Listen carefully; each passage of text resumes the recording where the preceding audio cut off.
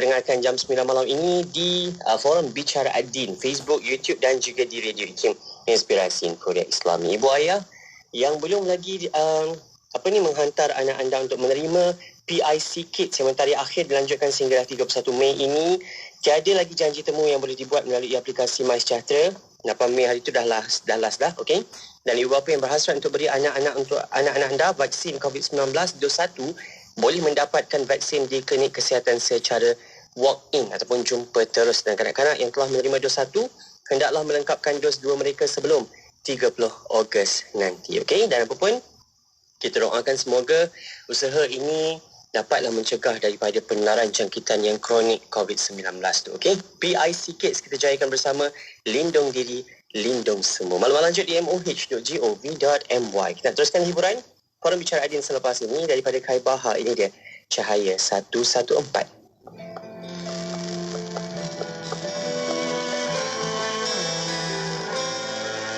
Allahumma arhamna bil Qur'an waj'alhu lana imaman wa nuran wa hudan wa rahmah.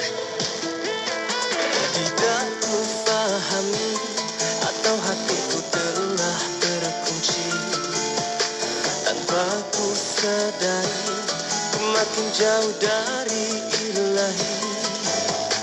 Bicara bergaya, tapi itu hanya sandiwara. Berkata indah, tapi itu hanya pura-pura.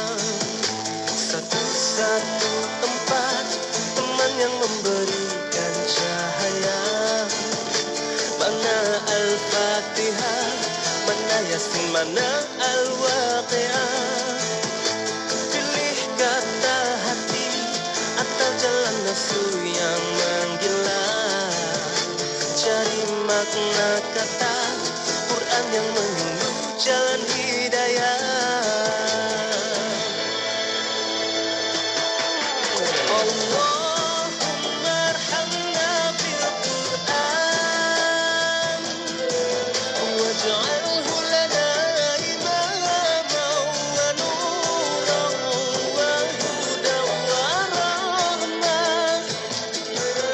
Allahumma zakkirna minhu ma nasina wa 'allimna minhu ma jahilna wa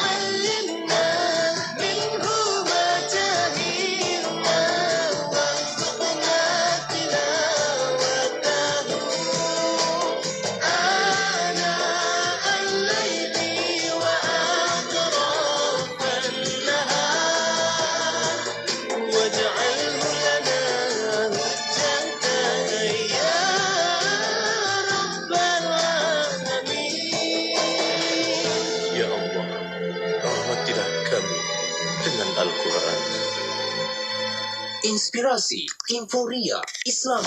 Semuanya di IKIM. Titisan bak emas. Kaya dengan antioksidan, vitamin dan mineral. Kandungan air di bawah 22% memenuhi Malaysia Standard MS2683. Inilah Arnia Madu Kelulut asli, keluaran Farma Niaga Natural. Dapatkan Arnia Madu Kelulut di Shopee, Lazada, Ion Wellness di seluruh Malaysia dan farmasi terpilih. Layari FB dan IG Arnia Madu Kelulut. Arnia, madu tanpa ragu. Amalan bersedekah tidak terikat kepada umur, tidak juga kepada agama dan bangsa. Bersedekahlah dengan sedekah yang terbaik, khususnya buat saudara-saudara kita yang berada di Syria dan Yaman, yang kini amat memerlukan bantuan kita. Ayo zahirkan kebersamaan kita dalam kempen bantuan kecemasan Syria dan Yaman, anjuran Aman Palestin sebagai satu cara memperkukuh tali persaudaraan. Layari www.jommenyumbang.com untuk pertanyaan lanjut. Bangkit, berjuang bersama. Dari kecil, ayah adalah segalanya bagi saya. Apa yang ayah buat, saya pun buat. Ayah minat melukis, saya pun minat. Ayah suka marisan, saya pun suka. Ayah suka makan apa saja, saya pun sama. Sehinggalah ayah didapati tidak lagi sihat seperti dulu. Kini, saya memilih gaya hidup serta pemakanan yang lebih seimbang. Begitu juga dengan ayah. Untuk nasi, kami memilih beras Faiza Taj Mahal. Ia lebih sesuai untuk kami sekeluarga. Amalkan gaya pemakanan yang lebih sihat dari sekarang. Beras Faiza Taj Mahal, kurang kanji serta tinggi serat. Dengarkan forum bicara Ad-Din di Radio IKIM dan tonton di Facebook IKIM FM dan YouTube IKIM.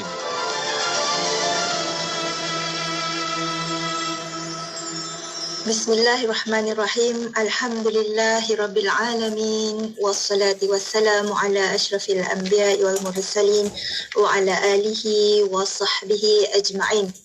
Assalamualaikum warahmatullahi wabarakatuh dan salam sejahtera kepada semua pendengar Radio IKIM, Inspirasi Euforia Islamiyah, atau yang sedang menonton di platform media.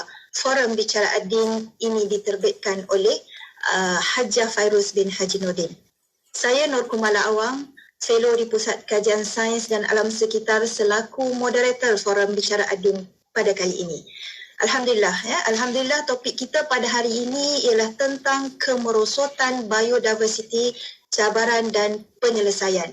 Dan bersama-sama saya pada hari ini untuk membincangkan topik ini ada dua orang tetamu yang istimewa, yang pakar dalam bidang yang akan dibincangkan ini, dan memang kepakaran mereka dalam alam sekitar dan juga biodiversiti yang akan membincangkan perihal kemerosotan biodiversiti, cabaran dan penyelesaian. Baik. Panel pertama ialah saya perkenalkan Puan Rosmizatul Azila Mak Yamin, seorang fellow di Pusat Kajian Sains dan Alam Sekitar. Apa khabar Puan Azila?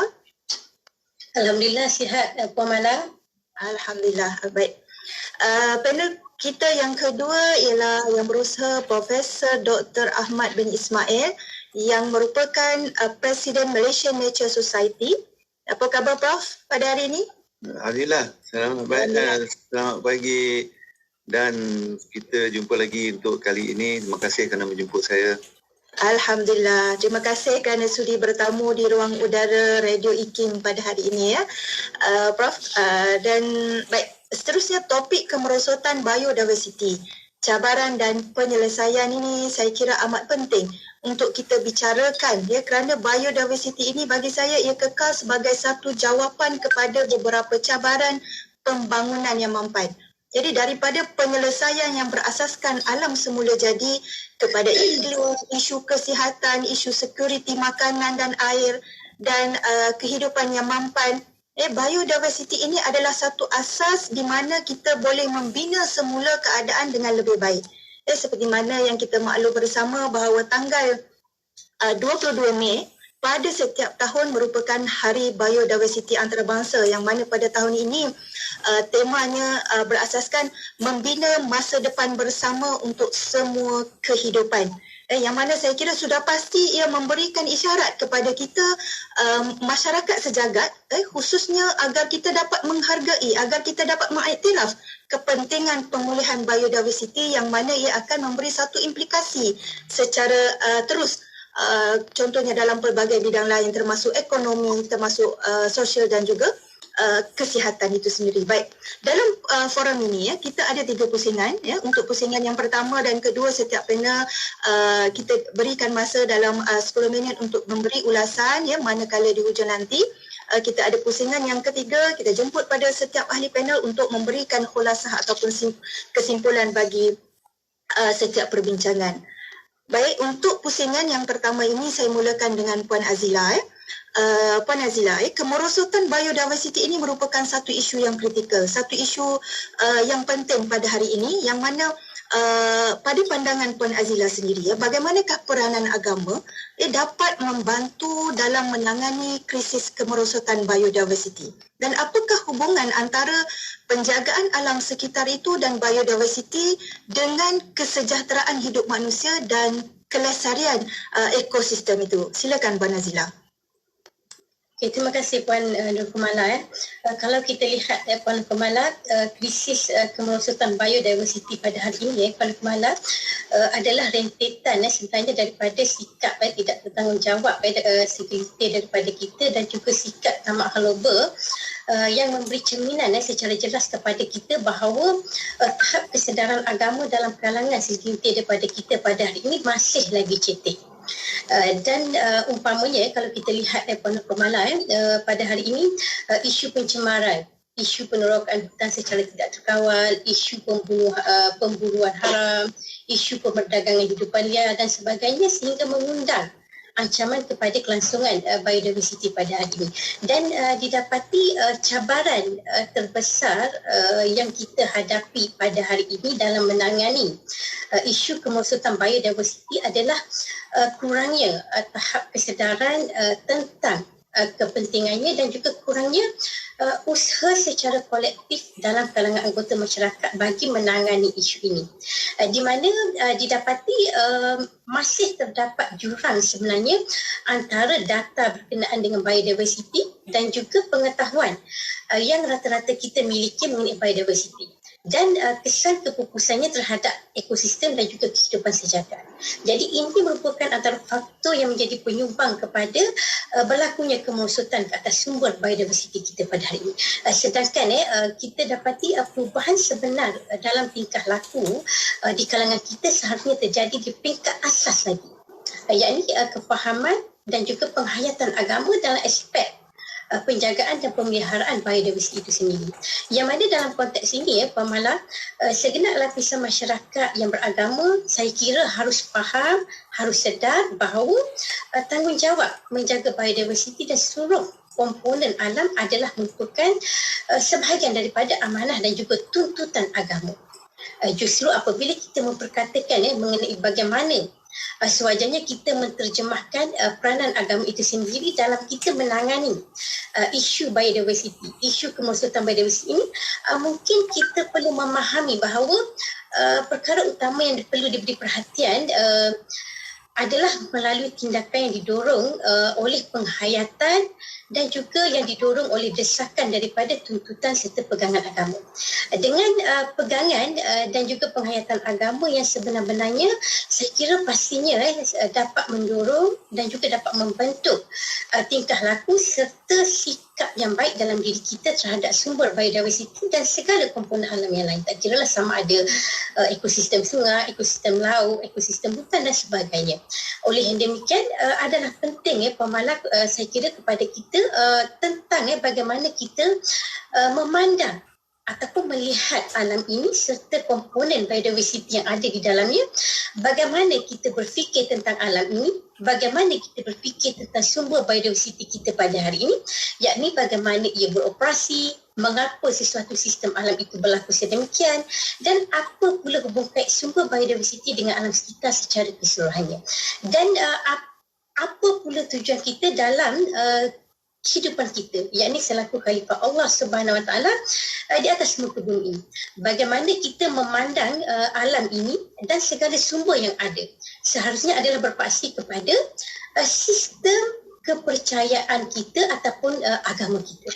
Sekiranya kita melihat alam ini tanpa berpaksikan agama, maka pastinya ia akan mendorong kita untuk bertindak secara rakus dan berlebihan tanpa memikirkan tentang tujuan sebenar penciptaan setiap makhluk di atas muka bumi ini. Manakala bagi mereka yang beriman dan menghayati saranan agama dengan sebaik-baiknya, pastinya akan percaya bahawa Tuhan yang kita kenal sebagai Allah Subhanahu Wa Taala ini telah menciptakan alam semesta dengan kepelbagaian, dengan kekayaan spesies hidupan dan juga cakrawala seperti bintang, matahari, bulan serta bumi bagi menyokong komuniti biodiversiti dan juga seluruh komuniti makhluk hidupan di dalamnya, termasuklah kita selaku manusia. Dan semua ini adalah mencerminkan dan menampakkan kemuliaan dan juga rahmat yang Maha Mencipta yang tidak terbatas sebenarnya. Dan semua makhluk yang diciptakan ini mengabdikan dan juga memuliakan penciptanya, yakni Allah Subhanahu Wa Taala, dan terikat dengan kehendak Allah Subhanahu Wa Taala. Jadi apabila terikat dengan kehendak Allah Subhanahu Wa Taala, maka kita sewajarnya melakukan segala suruhannya dan meninggalkan segala larangannya. Dan tidak terpakai untuk ibadah-ibadah khusus seperti solat, zakat, puasa dan sebagainya. Semata-mata sebaliknya menjaga alam sekitar dan biodiversiti juga merupakan suatu tuntutan yang sangat dituntut oleh agama. Begitu juga dengan kita, Puan Mala, yang mana manusia adalah diciptakan selaku khalifah di atas muka bumi, yang mana sewajarnya patuh dan juga mengabdikan diri kepada Tuhan semua makhluk. Justru kita selaku satu-satunya makhluk yang dikurniakan akal fikiran harus berusaha sebaik mungkin untuk memastikan kelangsungan semua spesies dan juga generasi makhluk Allah Subhanahu Wa Taala di atas muka bumi ini, termasuklah sumber biodiversiti yang ada pada hari ini.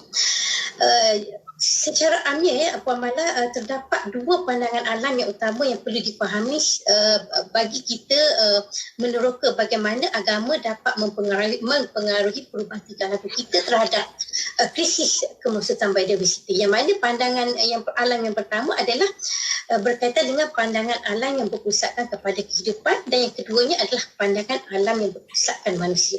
Jadi kita selaku umat Islam ataupun selaku individu yang beragama seharusnya berpaksikan kepada pandangan alam yang berpusatkan kepada kehidupan, yang mana pandangan alam yang berpusatkan kepada kehidupan ini adalah yang pertamanya bertentangan sebenarnya dengan pandangan alam yang berpusatkan kepada manusia, yang mana prinsip asasnya adalah merangkumi yang pertamanya, manusia tidak wujud selain daripada alam, tetapi mereka sebenarnya adalah sebahagian daripada alam itu sendiri. Jadi apabila kita ni sebahagian daripada alam, maka peranan kita adalah untuk menepati ataupun mentaati tuntutan agama untuk kita menjaga alam dan segala sumber yang ada di dalamnya. Yang keduanya, tidak ada sumber yang tidak terhad dan sumber tidak boleh diperbaharui, terutamanya harus digunakan dengan bijak dan lestari. Yang ketiga, walaupun sains dan teknologi dapat memungkinkan manusia untuk mengetahui dan meramalkan banyak perkara, namun terdapat prinsip-prinsip yang tidak pasti dalam fizik kuantum yang menyatakan bahawa kita tidak akan pernah tahu mengapa alam adalah sedemikian dan apa yang mungkin berlaku di masa hadapan sekiranya kita tidak menjaga komponen alam dan juga biodiversiti kita. Yang keempat, terdapat tujuan untuk apa yang jika tidak dengan ajaran-ajaran agama yang agnostik untuk katakan ini berdasarkan apa yang mereka benar-benar alami dan dalam alam semua jadi. Dan yang kelimanya, oleh kerana jelas bahawa terdapat batas fizikal untuk apa yang dapat dilakukan oleh sains dan teknologi, manusia tidak dapat berfikir bahawa menjadi penguasa alam tidak bermaksud bahawa mereka dapat hidup secara lestari di alam tanpa bekerjasama dengannya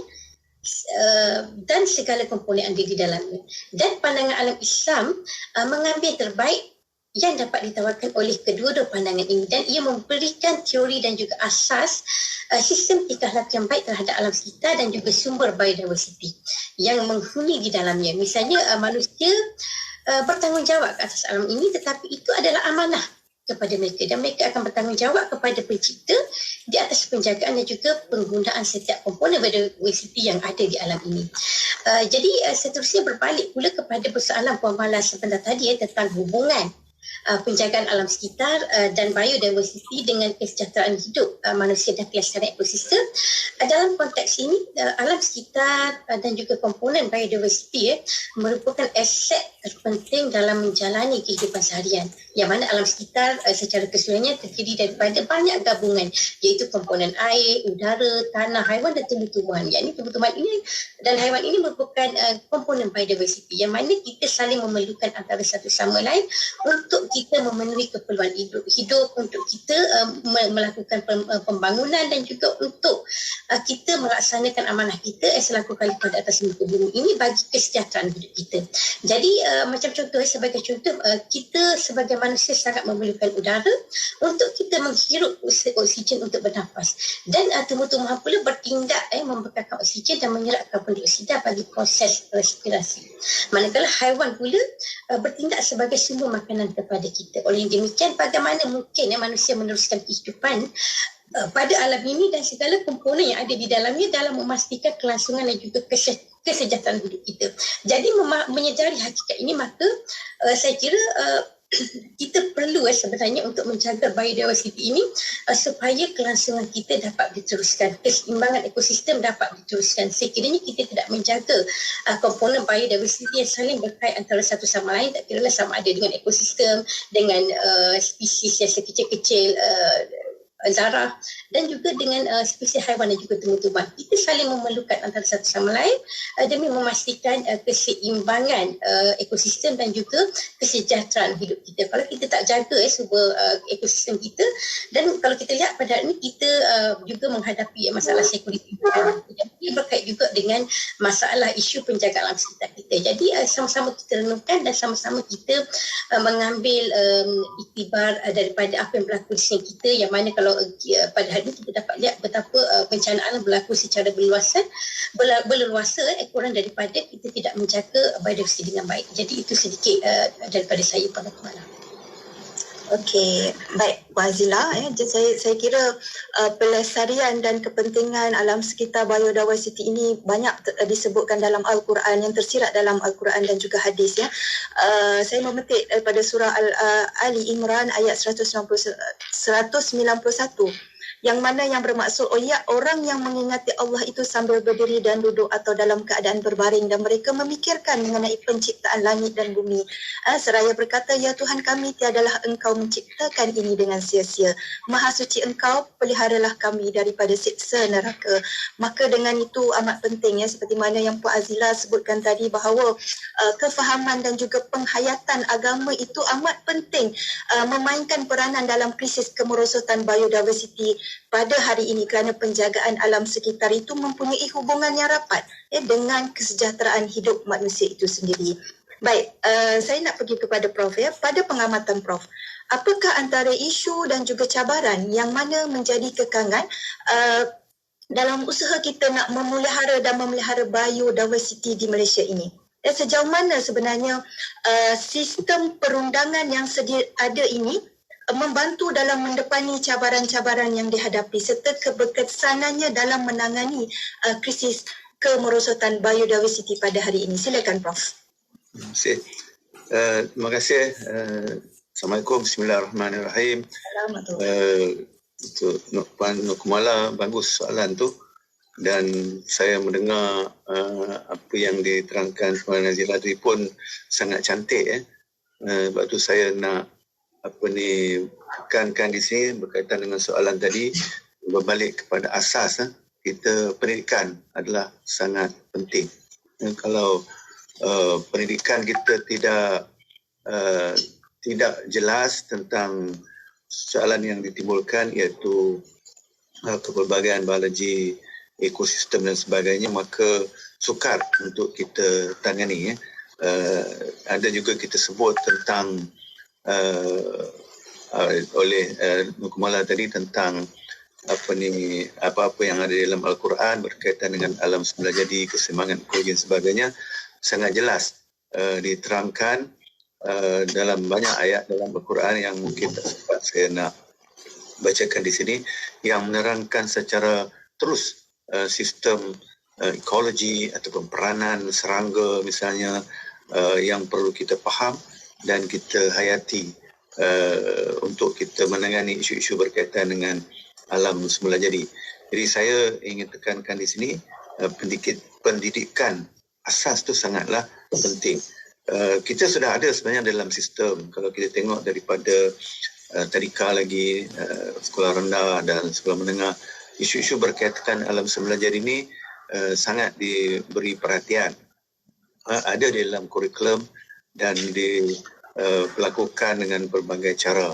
Cuma mungkin falsafah di belakang kurikulum itu tidak diterangkan dengan jelas dan tidak dikaitkan dengan aktiviti seharian pelajar misalnya. Sebab itulah mereka tidak menghayati dan pendekatan kita untuk peperiksaan.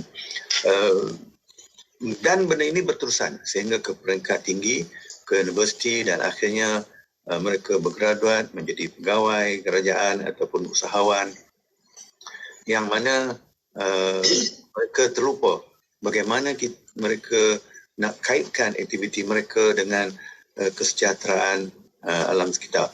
Ini yang perkara asas dan terutamanya pihak yang membuat keputusan, mereka ini juga kadang-kadang terlupa kerana fokus kita tidak begitu bersepadu. Misalnya kalau kita tengok dalam SDG 2030 nombor 1 kemiskinan, bagaimana kita nak membasmi kemiskinan, kita nak mengurangkan mengelakkan daripada kelaparan. Jadi perkara itu menjadi asas. Jadi melalui penyelesaian nombor 1, nombor 2 itu kita telah terlupa nombor 13, 14, 15 dan kita lupa juga SDG nombor 17. Jadi perkara-perkara ini perlu jelas daripada semua peringkat bawah sehinggalah peringkat atas pembuat keputusan. Dalam menangani isu-isu yang kita selalu persoalkan, isu pemeliharaan biodiversiti atau keberbagai biologi di Malaysia ini, kita terlupa banyak perkara dan kita mewujudkan banyak konflik dalam membuat keputusan. Misalnya bila kita nak air sungai kita bersih, kita membuat ataupun mengganggu di kawasan hulu sungai, sama ada melalui pembalakan ataupun membuat melembung pasir di hulu di hilir sungai pun boleh menyebabkan kesan di hulu sungai. Jadi perkara-perkara ini pengetahuan asas tentang ekologi, tentang biodiversiti itu jelas dan dipandu oleh Al-Quran dan cerita-cerita sahabat yang lepas tentang bagaimana alam semula jadi, kehidupan bersama dengan haiwan dan tumbuhan dan peranan mereka dalam ekosistem. Sebab itulah di seluruh dunia sekarang sudah bercakap tentang planet health, kesihatan planet bumi kita ini. Dan kita telah bincang di berbagai peringkat, di peringkat antarabangsa dan peringkat tempatan. Dan bila di peringkat antarabangsa, selalunya Malaysia sebuah negara yang begitu prihatin, cepat dan mudah untuk bersetuju. Katakanlah kita ambil yang mudah, perjanjian 12 tahun dahulu tentang pemeliharaan harimau. Kita nak menggandakan populasi harimau misalnya. Jadi sejauh mana perjanjian kita di Pittsburgh, Rusia itu menjadi satu kenyataan? Adakah kenyataan dari segi peristiwanya saja atau pelaksanaannya? Dan dalam proses melaksanakan proses pemeliharaan harimau itu, menggandakan populasi harimau itu, bagaimana kaedahnya? Adakah selama 12 tahun ini 12 kita masih belum berjaya menjayakan? Apakah faktor-faktor penting yang kita perlu tangani? Pendekatan yang penting kita perlu tangani. Misalnya kita mulakan yang saya sebut tadi, yang Puan Azila pun sebut tadi, ialah pendidikan ilmu. Kita kena bagi pendidikan bersuara rakyat. Kenapa harimau? Dan apakah fungsi harimau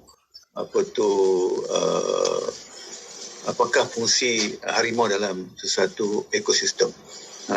Jadi apabila kita faham perkara itu, maka tidaklah kita berkelahi tentang penorokan hutan, pembalakan, konflik harimau dengan manusia misalnya, dan harimau itu dapat diuruskan dengan baik di habitatnya.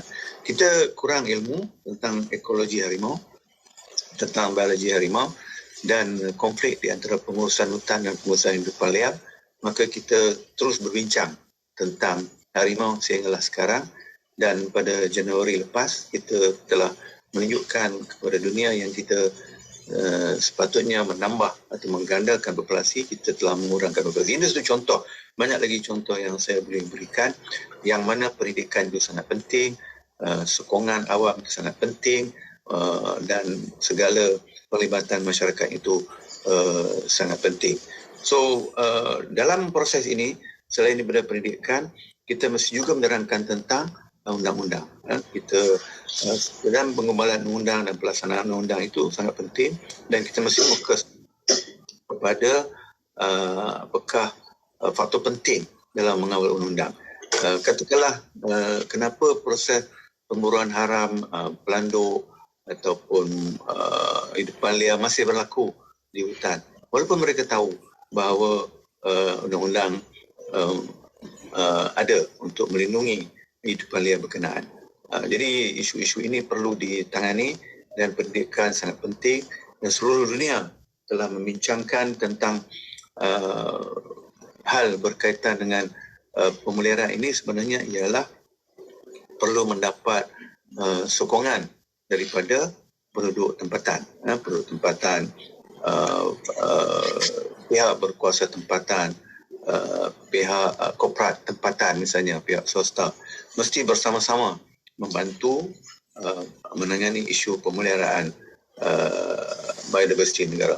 Sebab itu proses pemburuan haram, proses mencuri tumbuh-tumbuhan misalnya yang unik dalam hutan kita terus berlaku, proses pengeluaran hasil hutan yang berlebihan, peranan orang asli tidak diterangkan dengan baik, di mana mereka sebagai penjaga hutan. Kalau dulu orang asli hanya menggunakan untuk kegunaan sendiri, tetapi sekarang sudah mendapat pelibatan agensi-agensi lain yang memberikan tekanan pada mereka untuk membuat pengeluaran hasilan hutan yang berlebihan. Ini pendidikan sangat penting. Undang-undang kena selari, dan mesej ataupun maklumat ini masih sampai kepada akar undi. Kalau tidak, kita tidak berjaya. Di dalam kurikulum sekolah kita ada, tetapi kita hanya belajar untuk lulus peperiksaan. Di dalam undang-undang kita ada, tetapi mesej undang-undang itu, maklumat undang itu tidak sampai ke akar undi. Kemudian kita ada undang pemantauan tidak berjalan dengan baik. Dan sebab itu saya katakan pendidikan sangat penting. Tidak guna kalau kita cakap tentang pemeliharaan alam semula ini adalah usaha bersama. Kita tak guna kita sebutkan tentang ataupun aktiviti pemulihan hutan yang telah dirosakkan. Kita pun sudah kempen 100 penanaman 100 juta pokok, dan ini mestilah fokus. Pokok apa yang ditanam, di mana kita nak tanam, apa tujuan kita nak tanam. Tanaman pokok 100 juta ini sebenarnya bukanlah sekadar upacara saja, dia adalah sebenarnya untuk pemeliharaan atau pemulihan hutan yang terosot dan ekosistem yang perlu kita pulihkan.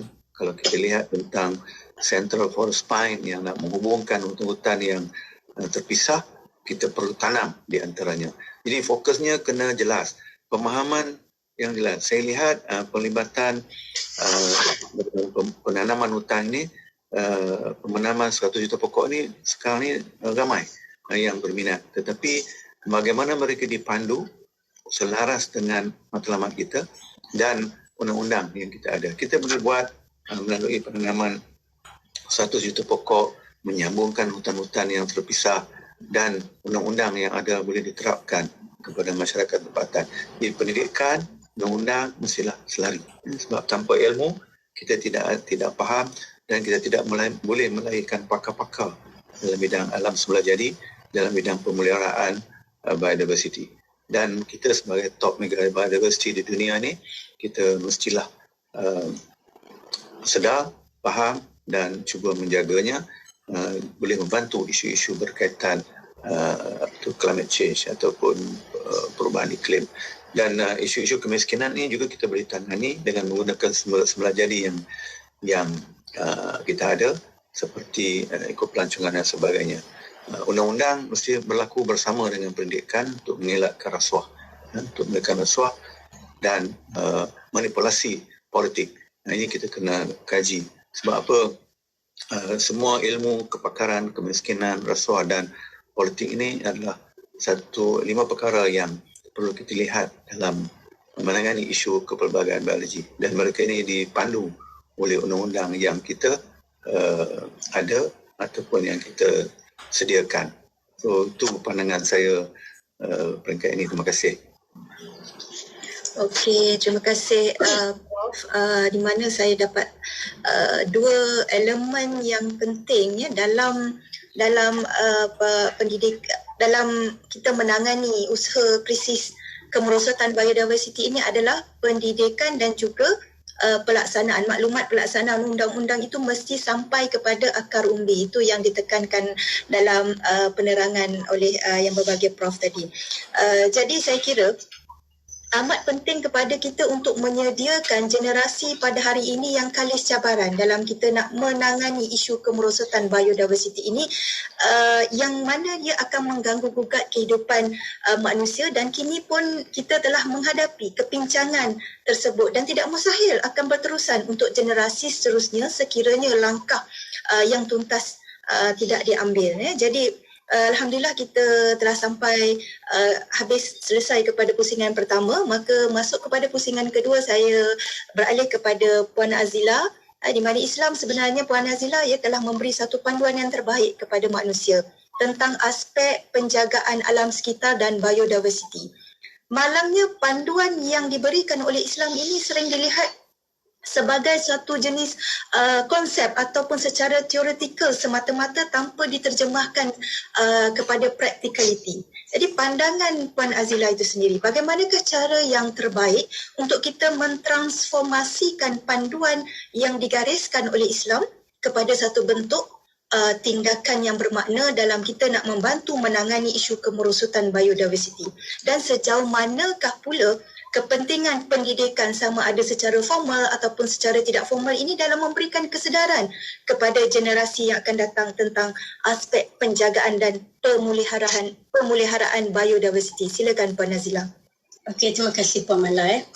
Kalau kita lihat Puan Mala pada hari ini, antara salah satu daripada punca utama berlakunya ancaman dan kemerosotan sumber biodiversiti adalah disebabkan oleh aktiviti penyahutanan secara berleluasa pada hari ini untuk pelbagai tujuan lah, seperti kalau kita lihat pada hari ini kegilaan terhadap penyahutanan untuk tujuan perladangan, sedangkan mereka tidak menyedari bahawa tumbuhan ladang ini tidak sama fungsinya dengan biodiversiti asal. Jadi oleh yang demikian Puan Mala, usaha pemeliharaan dan juga pemeliharaan ekosistem hutan perlu dipergiatkan dan juga diperkasakan dari masa ke semasa. Ia perlulah melibatkan semua pihak, termasuklah tampuk kepimpinan dan juga badan-badan yang berwajib yang bertanggungjawab ke atas urusan berkaitan dengan biodiversiti dan juga alam sekitar. Selain daripada itu Puan Mala, aspek urus tadbir ekosistem hutan juga saya kira perlu diperkukuhkan dan juga dimantapkan, yakni dengan mengaplikasikan segala panduan yang digariskan oleh Islam dalam aspek berkenaan dengan kelestarian alam sekitar dan juga kelangsungan biodiversiti ini. Yang mana kalau kita lihat pada hari ini, macam yang Prof sebutkan sebentar tadi, adanya isu rasuah yang menyebabkan sukar untuk kita tangani masalah dan berkaitan dengan kemerosotan biodiversiti ini. Terutamanya apabila rasuah ini melibatkan pihak-pihak yang penting, pihak-pihak yang berkepentingan ataupun pihak-pihak VIP ini sukar sebenarnya untuk kita tangani isu kemerosotan biodiversiti ini yang kita lihat semakin ketika pada hari ini. Dan saya kira antara usaha yang boleh dilakukan bagi kita menterjemahkan ataupun mentransformasikan panduan yang digariskan oleh Islam kepada suatu tindakan yang bermakna dalam menangani isu kemerosotan biodiversiti ialah salah satunya ialah menerusi pelaksanaan dan juga pengembangan sistem hima di negara ini. Yang mana secara literal sistem hima adalah bermaksud kawasan perlindungan dan ia merupakan hak milik masyarakat awam. Dan hima ini diiktiraf sebagai sistem pengurusan sumber asli berasaskan komuniti, yakni menggalakkan penghidupan secara mampan, pemeliharaan sumber dan juga perlindungan alam sekitar secara keseluruhannya. Dan antara kawasan-kawasan yang boleh digeserkan sebagai kawasan awam ialah seperti kawasan taman permainan, kawasan hutan simpan, taman haiwan, kawasan tadahan air, padang ragut dan seumpamanya yang dikawasi oleh pihak berkuasa negara demi keseimbangan pembangunan supaya ia tidak dicerobohi atau dimusnahkan oleh pihak yang tidak bertanggungjawab. Jadi apabila sesuatu kawasan digazetkan sebagai hima, maka orang ramai dilarang sama sekali untuk melakukan aktiviti perburuan, penebangan pokok, pembakaran hutan secara terbuka, pemindahan kayu kayan, pembalakan dan juga pemusnahan ke atas pokok-pokok hutan. Jadi amalan hima ini sebenarnya Puan Mala telah dilaksanakan sejak zaman Rasulullah SAW lagi dan diteruskan pula oleh para khulafa ar-rasyidin. Ini secara jelas menunjukkan bahawa dalam syariat Islam terdapat suatu sistem pemeliharaan dan juga pengawalan alam sekitar untuk tujuan faedah dan juga maslahah masyarakat awam. Jika perkara ini tidak dipedulikan oleh pihak pemerintah, maka berkemungkinan besar pihak tertentu yang tidak bertanggungjawab dan mempunyai kepentingan peribadi bebas meneroka sesuatu kawasan termasuklah ekosistem hutan secara berleluasa tanpa menghiraukan kepentingan awam yang akhirnya boleh mengundang kemusnahan yang lebih besar lagi ke atas alam sekitar dan juga komponen biodiversiti ini. Dan kalau kita lihat pada hari ini, kegairahan meneroka ekosistem hutan untuk tujuan peladangan seperti penanaman musakin dan sebagainya telah mengundang banyak musibah kepada alam sekitar dan juga kelangsungan biodiversiti kita. Dan di dalam undang-undang Islam Puan Mala terdapat 4 syarat yang mesti dipatuhi sebagaimana ketetapan junjungan besar Nabi Muhammad SAW bagi merizakkan sesuatu kawasan sebagai hima. Yang mana syarat-syarat berkenaan ialah yang pertamanya ia harus dilaksanakan oleh pihak berkuasa yang sah. Yang keduanya ia harus ditegakkan di jalan Allah Subhanahu Wa Taala untuk kebajikan masyarakat. Yang ketiganya ia tidak sepatutnya menyebabkan kesusahan yang tidak wajar kepada penduduk setempat, yakni tidak menghalang mereka daripada mendapatkan sumber-sumber yang amat diperlukan untuk kehidupan mereka. Dan yang terakhir sekali ialah ia perlu memberi manfaat yang lebih besar kepada masyarakat. Dan matlamat hima pula adalah untuk faedah ekonomi dan juga persekitaran kepada masyarakat. Jadi konsep hima sebenarnya sangat bermanfaat dalam rangka tindakan perhutanan sosial di Malaysia. Oleh kerana Malaysia kini dalam proses mengembangkan dasar perhutanan sosial, maka adalah relevan dan tepat pada masanya saya kira untuk kita menyatukan prinsip-prinsip hima terutamanya dalam aspek pengurusan sumber biodiversiti, pengurusan sumber air, penggunaan tanah secara lestari, penyertaan aktif masyarakat setempat dan juga mengembangkan kegiatan sosioekonomi masyarakat yang berpaksikan biodiversiti tetapi dalam masa yang sama masih lagi mengekalkan kemampanan biodiversiti itu sendiri. Selain daripada itu, pengurusan hutan secara lestari di Malaysia juga memerlukan kerjasama bersepadu daripada semua pihak yang termasuklah pihak berkuasa, masyarakat tempatan dan juga institusi keagamaan. Dan pendekatan terbaik dalam kita menterjemahkan garis panduan Islam kepada tindakan ataupun amalan yang berkesan adalah yang pertamanya dengan kita menggunakan pendekatan perundangan Islam dalam dasar ataupun rancangan tindakan semasa. Yang keduanya dengan kita mengintegrasikan pendidikan pendekatan tradisional dan juga pendekatan moden. Dan yang ketiganya dengan kita melakukan tafsiran semula hima agar sesuai dengan keperluan semasa pada hari ini dalam konteks Malaysia pada hari ini. Walaupun sebenarnya telah ada inisiatif negara dalam kita meneruskan sistem hima ini yang mana dengan kita mewartakan taman-taman rekreasi dan juga hutan lindung seperti Taman Negara Pahang, Taman Negara Endaropin dan sebagainya, namun ia dilihat masih lagi belum mencukupi dan perlu diperbanyakkan lagi dan diperkasakan lagi semangat hima itu. Dan dalam masa yang sama, aspek penguatkuasaan dan juga urus tadbir kawasan-kawasan yang digazetkan itu perlu diperhebatkan lagi agar tidak berlaku pencerobohan ke atas kawasan-kawasan tersebut, sekaligus dapat memelihara keseimbangan alam sekitar dan juga ekosistem. Dan saya tertarik dengan apa yang Prof katakan tadi yang mana aktiviti pelombongan juga berlaku. Dan kalau kita lihat sebelum ini beberapa tahun yang lalu di mana terdapatnya kawasan diwartakan sebagai kawasan perlindungan, tetapi dalam masa sama di kawasan sekitar juga dilakukan aktiviti perlombongan. Jadi itu dah orang kata bercanggah sebenarnya. Kita adakan kawasan perlindungan tetapi dalam masa sama kita buat pula pembangunan yang boleh menjejaskan kawasan yang telah diwartakan sebagai kawasan perlindungan itu tadi. Selain daripada hima pula, instrumen wakaf juga saya kira wajar kita gerakkan untuk menjaga kelestarian alam sekitar dan juga komponen biodiversiti kita.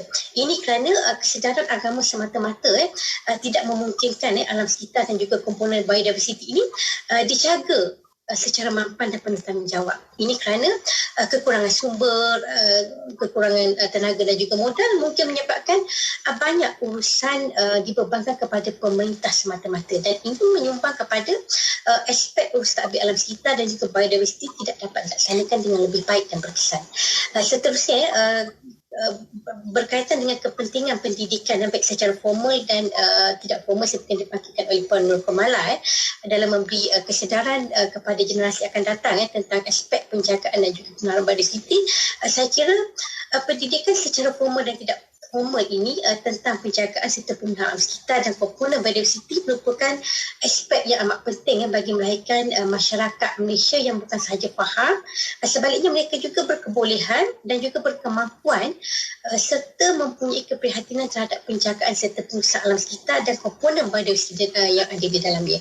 Dan perkara ini juga telah di-highlight oleh Prof tadi, yang mana pendidikan ini juga perlu berjalan seiring dengan aspek perundangan. Begitu juga pendetahan tentang aspek pendidikan alam sekitar ini saya kira perlu dilaksanakan sejak seawal usia lagi, sebagaimana Prof katakan tadi, kalau boleh di peringkat prasekolah lagi, yang mana ini bagi kita melahirkan generasi yang cakna terhadap kelestarian alam sekitar, atau dalam arti kata lain generasi yang cintakan alam sekitar ataupun celik alam sekitar dan segala komponen yang ada di dalamnya. Dan pelajar-pelajar yang telah diasuh dan ditanam dengan nilai-nilai mencintai alam sekitar sebenarnya akan lebih sensitif sebenarnya terhadap apa jua yang berlaku di dalam sekeliling mereka, tak kira sama ada pencerobohan dan sebagainya. Dengan cara ini kekuatan yang dibina akan menjadi benteng sebenarnya sebagai penahan diri dan juga secara tidak langsung boleh bertindak untuk membimbing diri mereka sendiri dan juga orang lain bagi mencintai alam sekitar dan segala komponen biodiversiti yang ada di dalamnya. Kalau kita lihat pada hari ini, pendidikan alam sekitar hanya diambil oleh mereka-mereka. Kalau di universiti, mereka-mereka terlibat dengan kursus alam sekitar semata-mata, tetapi tidak diterapkan aspek ini kepada mereka-mereka yang mengambil kursus dalam aliran lain. Jadi perkara ini sebenarnya perlu diteliti dan diperhalusi supaya satu tindakan dapat dilaksanakan. Dan berkaitan dengan pendidikan seawal usia ini sebenarnya telah pun ada sebenarnya dalam kalangan pemilik sekolah swasta terutamanya yang telah menerapkan aspek pendidikan seawal usia berkaitan dengan alam sekitar, yang bukan sahaja semata-mata menekankan aspek teori tetapi juga turut menekankan aspek praktikal. Misalnya salah satu contoh yang saya tahu ialah seperti Little Khalif. Yang mana Little Khalif ini saya kira sangat bagus pendekatannya kerana mereka menerapkan pendidikan alam sekitar ini sejak seawal usia lagi. Dan mereka juga turut membawa para pelajar ke lapangan untuk menunjukkan sendiri bagaimana alam sekitar itu berfungsi dan apa kaitan alam sekitar itu dengan ekosistem dan juga biodiversiti. Jadi saya kira sudah tiba masanya semua institusi pendidikan di Malaysia, tak kira sama ada yang di bawah kerajaan maupun di bawah swasta, perlu mengambil contoh seperti mana diambil oleh Little Khalif ini, yang mana perlu terapkan kalau di peringkat tadika sudah diterapkan tentang pendidikan alam sekitar sesimpel yang mungkin, sebagai contoh dengan menerapkan mereka tentang untuk menjaga kekemasan, untuk menjaga kebersihan. Daripada sesimpel perkara selepas makan mereka buang ke tong sampah dan sebagainya, itu boleh diterapkan di peringkat tadika dan juga di peringkat prasekolah kita pada hari ini, yang mana boleh mengambil roh dan semangat yang telah dilaksanakan oleh pihak pengendali prasekolah swasta ini. Itu sahaja daripada saya. Okey, Alhamdulillah, terima kasih atas perkongsian yang bermaklumat Puan Nazir tadi. Saya tertarik dengan satu term yang disebut oleh Puan Nazila tentang aktiviti kegilaan penyahutanan untuk peladangan dan juga mungkin seperti musangkin ataupun bahan makanan komoditi yang lain. Namun mungkin boleh kita fikirkan dalam keadaan kita yang sedang mengalami krisis makanan ini, bagi mengekalkan sekuriti makanan untuk kita menggunakan tanah-tanah kosong ataupun tanah-tanah yang daripada pemerintah, tanah-tanah wakaf, tanpa merosakkan hutan-hutan yang sedia ada, dan seterusnya kita sebenarnya boleh memelihara ekosistem yang sedia ada. Baik, kita beralih kepada Prof. Dr. Ahmad. Kemerosotan dan kemusnahan biodiversiti akan mengundang kepada ketidakseimbangan ke atas alam sekitar dan ekosistem. Jadi, apakah antara usaha yang sewajarnya dilaksanakan bagi menangani isu kemerosotan biodiversiti pada hari ini? Dan pada pandangan Prof, apakah antara polisi inisiatif yang dapat memberikan satu solusi yang membina dan berkesinambungan dalam mendepani dan menangani krisis kemerosotan biodiversiti ini? Silakan Prof. Terima kasih Puan Kamala. Sebenarnya dah dijawab tadi tu. Puan Azila Nokumala dah sebut untuk menjawab soalan tadi. Sangat menarik. Saya suka yang telah dibincangkan tadi, sebab saya sebagai pendidik dan aktivis alam sekitar ni, saya nampak ilmu itu sangat penting. Ilmu sangat penting. Kalau kita tak ada ilmu, kita susah nak laksanakan. Sebab kita bercakap macam orang kata macam parrot lah, macam burung. Dia pandai cakap tapi dia tak pandai buat kerja. So ilmu penting. Sebab itulah yang ditekankan oleh Puan Najila tadi, pendidikan prasekolah dan sebagainya. Kalau saya boleh sentuh 1-2 ayat tentang prasekolah ni, memang aktiviti kita saya suka. Misalnya Malaysian Nature Society ni, Pusat Juruterjemahan Alam, kita ada hampir 500 sekolah. Kalau satu sekolah tu ada 1,000 penduduk, kita ada 500,000 juta. Kalau kita sampaikan mesej kepada anak-anak ini, mereka akan bawa balik maklumat kepada mak dan bapaknya, semana kita dapat 1.5 juta mesej kita sampai. Katakanlah kita buat perkara ni hari-hari. Katakanlah hari ni kita bercakap tentang International Biodiversity Day, pada hari kepelbagaian biologi antarabangsa ni. Apa itu kepelbagaian biologi dan sebagainya. Sambil-sambil sembang anak dan ibu bapa, mesej kita akan sampai. Betul, pendidikan sangat penting. Dan seperti yang Puan Zila cakap juga tadi, pendidikan bukannya dalam kelas saja, mesti di luar kelas, mesti diamalkan. Dalam kurikulum kita dah ada. Di kawasan sekolah sendiri pun kita boleh buat. Jadi itu untuk mendapatkan ilmu. Dengan adanya ilmu, kesedaran sejak awal dan komuniti, maka isu kemerosotan dan kemusnahan alam sekitar ataupun yang menyebabkan keseimbangan ekosistem ni kita boleh kurangkan.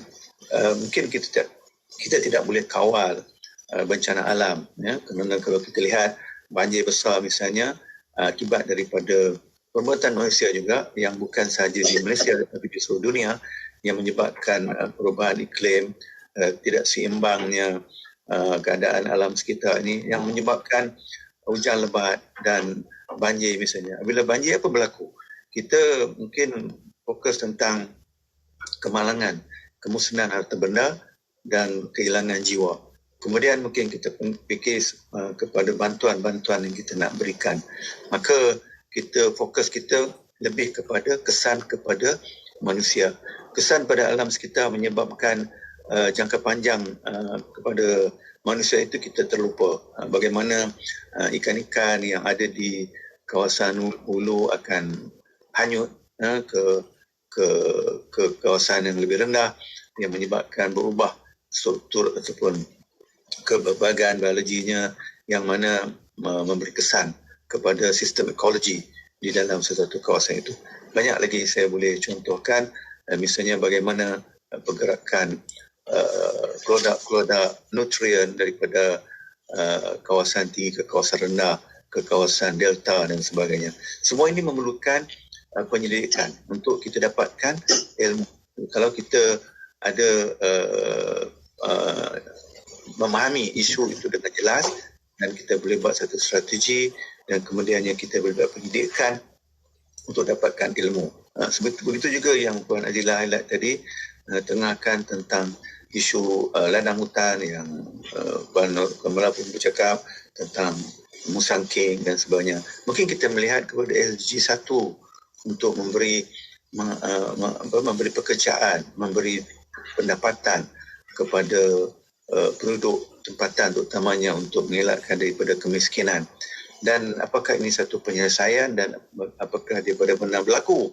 Kalau kita ada ladang kelapa sawit yang luas sekarang pun, kita mengimport berjuta pekerja daripada luar. Dan apakah ini tidak dapat membantu rantaian ekonomi masyarakat tempatan? So perkara-perkara ini kita perlu lihat. Sebab itu dalam nature-based solution, penyelesaian berdasarkan alam semula jadi, katakanlah bahagian kemiskinan tadi, aktiviti ekopelancongan boleh kita jayakan untuk pendapatan penduduk tempatan. Ini sudah dibuktikan di tempat-tempat lain yang ekopelancongan ini, sumber semula jadi ini boleh memberikan pendapatan kepada kita. Kita jangan konflik dalam ekopelancongan. Ada orang kata kita nak bawa orang masuk hutan, kita kena buat chalet ataupun rumah-rumah di dalam hutan. Kita kena buat rumah di celah-celah pokok bakau misalnya, untuk orang dapat tidur itu, menghayati suasana hutan.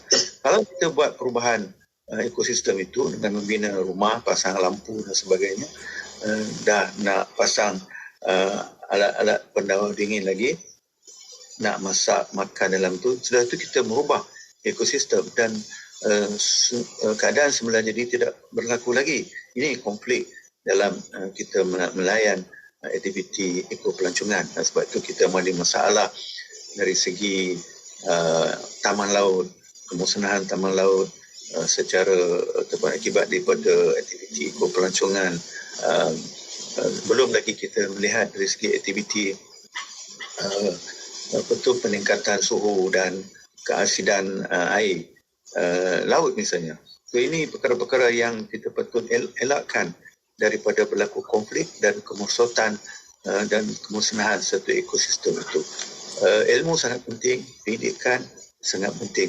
Sebab itu di dalam dasar kepelbagaian biologi nasional kita sudah jelas menceritakan tentang apakah isu-isu berkaitan dengan kepelbagaian biologi. Apa yang kita perlu buat? Misalnya dalam dasar itu juga menerangkan dengan jelas tentang pendidikan. Bagaimana program pendidikan dan kesedaran awam itu sangat penting. Bagaimana kita perlu wujudkan ramai, kita panggil citizen scientist, orang-orang tempatan yang kita latih untuk memahami tentang spesies, tentang ekosistem, dan akhirnya mereka dapat menggunakan ilmu itu untuk sebagai pendapatan mereka dalam aktiviti ekopelancongan. Di samping memberikan maklumat-maklumat saintifik itu kepada pusat sekretariat yang menguruskannya supaya kita mendapat data dengan mudah, tepat dan segera daripada kita menjalankan pendidikan seperti biasa, terpaksa menyediakan wang dan banyak, membawa pelajar ataupun ahli-ahli sains ke tempat berkenaan. Jadi proses ini dah dibincangkan di dalam dasar kita. Cuma pelaksanaannya itu masih belum menyeluruh. Macam Satu Bina Alam mendidik, melatih orang-orang asli untuk membuat kajian, pemerhatian tentang burung dan mereka faham tentang hutan. Mereka boleh memberi nasihat juga kepada kita untuk bagaimana menguruskan hutan semula jadi. Kerana mereka sudah lama hidup di itu dan mereka menguruskan hutan itu secara semula jadi. So ini penting. Jadi dasar yang kita ada, pendidikan kita perlu lakukan, ilmu kita kena mantapkan. Banyak lagi contoh kita boleh berikan, misalnya bagaimana isu-isu berlaku akibat daripada kalau ladang hutan tadi kita boleh menyebabkan hakisan dan menyebabkan kelodak yang boleh membunuh haiwan misalnya ataupun mengubah ekologi satu ekosistem itu. Dan begitu juga kalau kita selalu dengar cerita tentang gangguan bekalan air, bila kita cakap pasal ekonomi, kita cakap pasal keselamatan, kecukupan makanan, kita cakap tentang keperluan ataupun permintaan ayam misalnya. Jadi proses untuk mencapai matlamat itu kita lupa isu-isu yang berkaitan dengan alam sekitar dan kualiti air bila berlaku bencana ataupun berlaku pengurusan yang tidak baik menyebabkan pencemaran air, perubahan kualiti air yang akhirnya akan menyebabkan kualiti ekosistem itu sendiri dan memberi kesan kepada kepelbagaian biologi. Jadi itulah perkara-perkara penting. Kita balik kepada pangkal jalan di mana pendidikan sangat penting. Kerjasama semua pihak penting, sangat penting. Dasar yang kita adakan itu mestilah kita laksanakan, dan pelaksanaan atau penguasaan undang itu mestilah secara bersepadu supaya kita capai matlamat. Itulah pandangan saya untuk kali ini. Terima kasih. Alhamdulillah, perbincangan yang sangat menarik daripada Prof. Dr. Ahmad. Dan saya kira kita sudah sampai kepada penghujung program. Ya, saya ingin menjemput sekali lagi kepada panel saya pada hari ini untuk memberikan kesimpulan ataupun kulasah dalam jangka masa yang berbaki ini tentang perbincangan kita pada hari ini. Saya mulakan dengan Puan Nazi.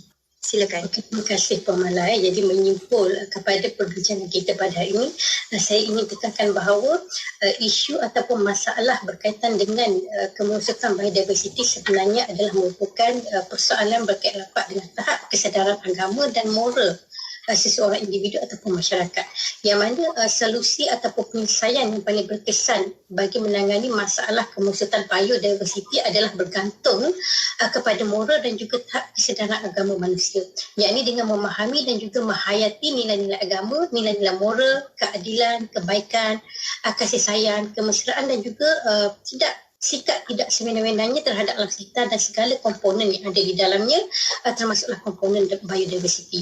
Jadi dalam konteks ini, Islam telah menyediakan penyelesaian terbaik kepada umat manusia, terutamanya dalam kita menghadapi ataupun menangani pelbagai isu serta persoalan berkaitan dengan alam sekitar, yakni melalui ajaran-ajarannya yang terdiri daripada tuntutan, peraturan serta juga bimbingan moral, yang mana kesemuanya adalah didasari dengan beriman dan juga bertakwa kepada Allah Subhanahu Wa Taala.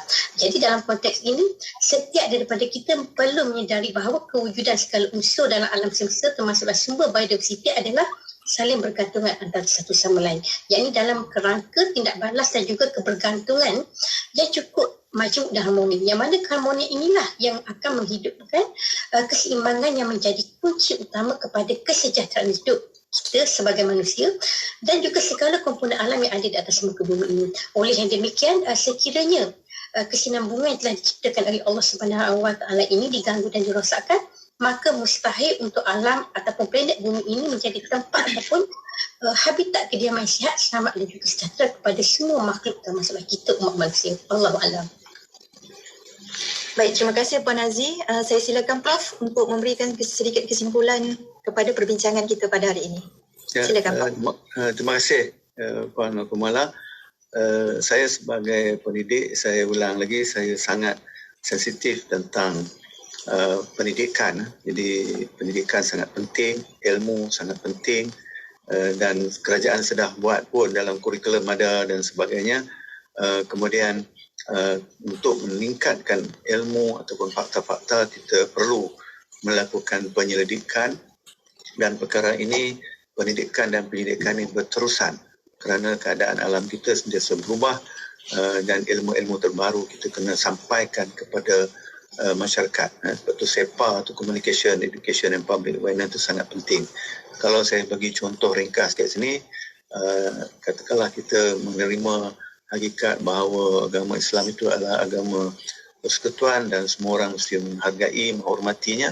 Dalam Al-Quran jelas menceritakan tentang sistem ekologi. Katakanlah kita ambil contoh tentang cerita tentang lebah, bagaimana fungsi lebah di dalam hutan itu, dan mereka ini sangat sensitif kepada penggunaan racun serangga, tetapi kita membuka hutan, tanam kelapa sawit dan kita menggunakan teknologi menyebarkan racun serangga lebih luas, dan lebah ataupun serangga yang menghasilkan madu ini hilang, mati dan ataupun kurang. Akhirnya kita tidak dapat madu yang baik dan kualiti yang boleh kita gunakan untuk meningkatkan kesihatan kita dan juga pendekatan kita. Jadi asas itu sudah ada di dalam Al-Quran. Kita kena belajar, kita kena faham dan kita kena buat kajian, akhirnya kita boleh laksanakan. Begitu juga tentang sampah. Kalau kita cakap pasal sampah, plastik pergi ke laut, membunuh penyu dan ikan paus ataupun buaya, dan semua ini memberi peranan dalam mikroekosistem di mana mereka tinggal. Jadi ringkasnya ialah pendidikan itu sangat penting, dan semua institusi pendidikan dan pendidikan ini mesti mendahului dan disokong oleh agensi-agensi pelaksanaan dengan mengikut peraturan ataupun undang-undang, sama ada di peringkat persekutuan, peringkat negeri ataupun peringkat tempatan. Itu kerjasama dan kesepaduan itu sangat penting. Itulah pandangan saya. InsyaAllah kita sama-sama melalui media IKIM ini, media main peranan yang sangat penting dalam menyampaikan mesej ataupun maklumat yang kita perjuangkan ini kepada masyarakat. InsyaAllah dengan berkat kerjasama kita, dengan panduan yang baik dan sistem yang sempurna, kita akan berjaya dalam memastikan bahawa pemeliharaan kepelbagaian biologi di Malaysia ini dapat dilaksanakan dengan baik. Terima kasih. Okey, Alhamdulillah. Terima kasih Prof. Saya senada dengan pendapat Prof tadi yang mengatakan bahawa kita sebenarnya adalah pemimpin. Kullukum ra'in wa kullukum mas'ulun an ra'iyatihi. Kita ni adalah pemimpin, tapi kita pimpinlah dengan ilmu. Barisan panel dan juga rakan pendengar Radio IKIM, ya Alhamdulillah selesai sudah kepada forum bicara adin kita pada hari ini tentang dengan topiknya kemerosotan biodiversiti, cabaran dan penyelesaian. Pada kali ini, bagi pihak penerbit, saya Puan Hajah Fairuz Haji Nordin mengucapkan berbanyak terima kasih kepada kedua-dua ahli panel forum kita pada hari ini, Puan Rosmizatul Azila Mak Yamin dan juga Profesor Dr. Ahmad bin Ismail, yang berkongsi pengalaman, melontarkan pandangan yang bernas ilmu kepada kita semua, dan tidak dilupakan kepada rakan pendengar di luar sana. Semoga kita mendapat manfaat daripada apa yang kita bincangkan, yang kita kongsikan pada hari ini dalam forum bicara adin tentang kemerosotan biodiversiti, cabaran dan penyelesaiannya. Sehingga berjumpa lagi di masa akan datang. Wassalamualaikum warahmatullahi wabarakatuh. Waalaikumsalam. Waalaikumsalam warahmatullahi wabarakatuh.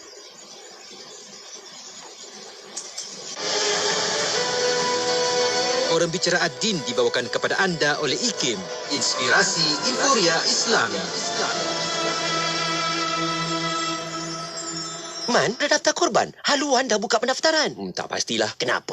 Maklumlah, pendapatan terjejas. Kos sara hidup tinggi. Pendaftaran di surau dan masjid pun terhad. Itulah korban namanya. Berkorban harta benda semata-mata untuk mendapatkan redha Allah. Lagipun dengan haluan, satu bahagian serendah RM320 saja tau. Betul juga kan? Lagipun setahun sekali aja. Aku daftar sekarang lah. Jom laksanakan ibadah korban bersama haluan. Daftar di korban.haluan.org.my atau hubungi 011-2051-1909. Jika anda penerima bantuan sara hidup BSH berumur 18 hingga 65 tahun, anda layak menerima skim perlindungan nasional B40 atau MySalam. Anda boleh menerima pendapatan gantian RM50 sehari sehingga 14 hari setahun.